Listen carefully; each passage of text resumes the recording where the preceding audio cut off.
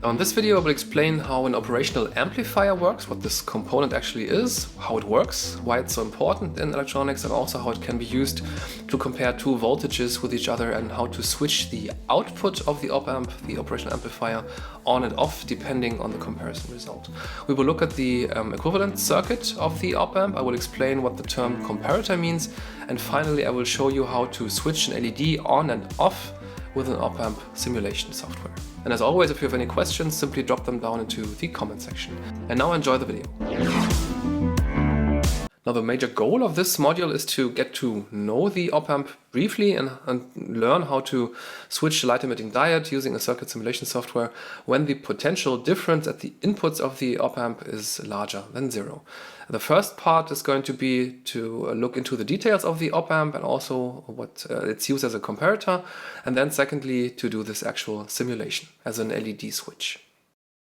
Now first let's look at what an operational amplifier actually is. It's a semiconductor device which is integrated. This means it is made up of several single components such as transistors and diodes and also resistors, and it has two inputs and one output, and it's capable of amplifying the voltage applied to the input. Here you can see an op-amp in a housing, a small plastic housing with 8 connecting pins, and you can see these two symbols here. These are the circuit symbols, which are old but so commonly spread that the new circuit symbol here is encountered very rarely in practice, but nonetheless you should know the both of them. So let's take a look at this op-amp in the housing again. You can see these old circuit symbols, one at the bottom, one at the top, and this means in this IC, this integrated circuit, there are actually two operational amplifiers, not a single one, but two.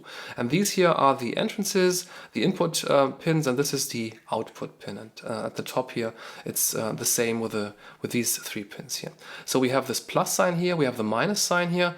This is the non-inverting input, this is the inverting input. What this means is going to become clear in a few seconds. And depending on what's happening here on the input side, the output side is going to be adjusted.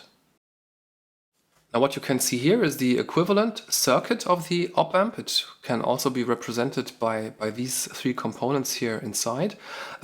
Firstly, we have the inputs, which are inverting and non-inverting, which means that if you apply a positive voltage to this non-inverting input here with a plus sign, it's going to be treated as a positive voltage. But if you apply a positive voltage to the second inverting input pin, it's going to be inverted to, let's say, if you apply plus 5 volts, it's going to be minus 5 volts. And this is the meaning of this plus and minus sign. And the input resistor here has a very high resistance value, somewhere in the mega ohm area. And this means that regardless of the potential, almost regardless of the potential difference at the 2 input pins, the current flow into this component is going to be minimal. This operational amplifier is not going to take much energy out of the circuit in which we use it, and this is a great advantage. So we can use it to compare voltages, but it's not going to extract a large amount of energy, and this makes it very well suited to be used as a measuring device where we want to, let's say, compare the voltages from a sensor for measuring temperature or light intensity to a reference voltage without interfering with the actual circuitry too much.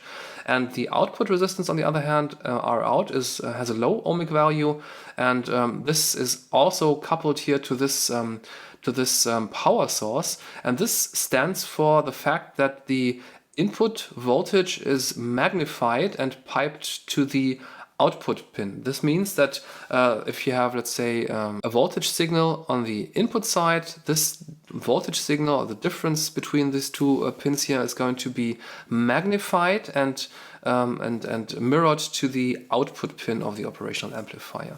So the output resistance is rather small, which means we have a current flow out of the output pin, and we have almost no current flow into the component from the non-inverting and the inverting part.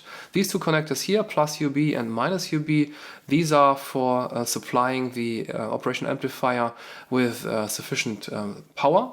So this is also the limiting factor to control the output voltage level. So even though we have a very high gain, a factor which increases the difference on the input and magnifies it to the output. The output is going to be limited to the level of the supply voltage plus UB and minus UB. So even though this mirrors the input voltage difference, it's going to be capped, it's going to be limited by the amount of voltage which we provide here at the supply pins.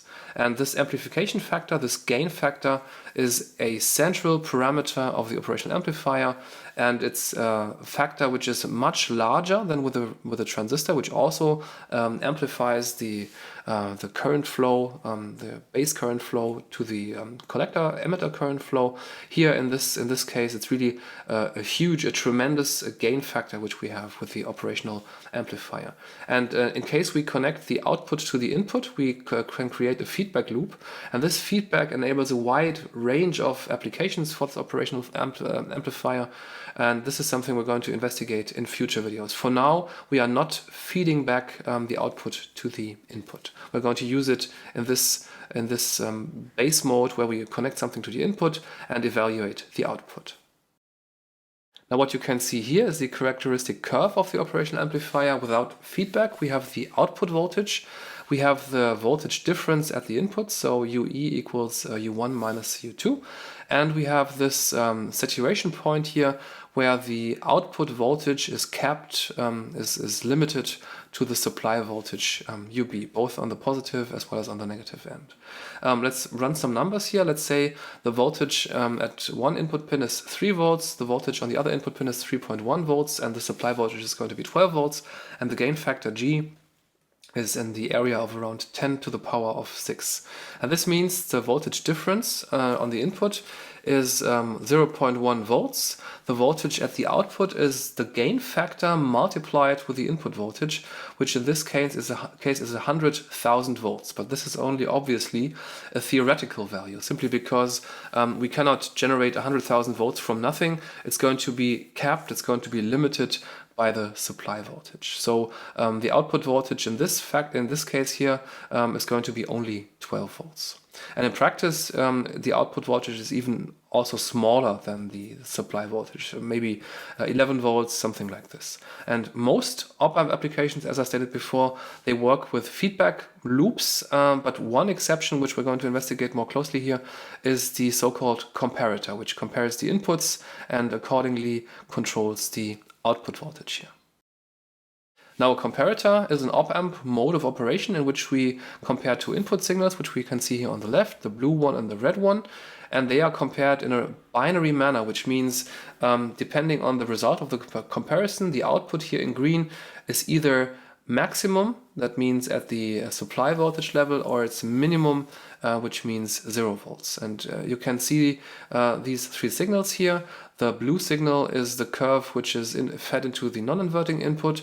The red straight line here, this constant voltage, is the reference voltage which we provide to the inverting input, and the output pin depends on the result of the comparison. So we have this sine curve here fluctuating on the one input, we have this constant here, and at the points of intersection here, and again when the pattern repeats, we jump at the output from 0 volts to the maximum here, to UB.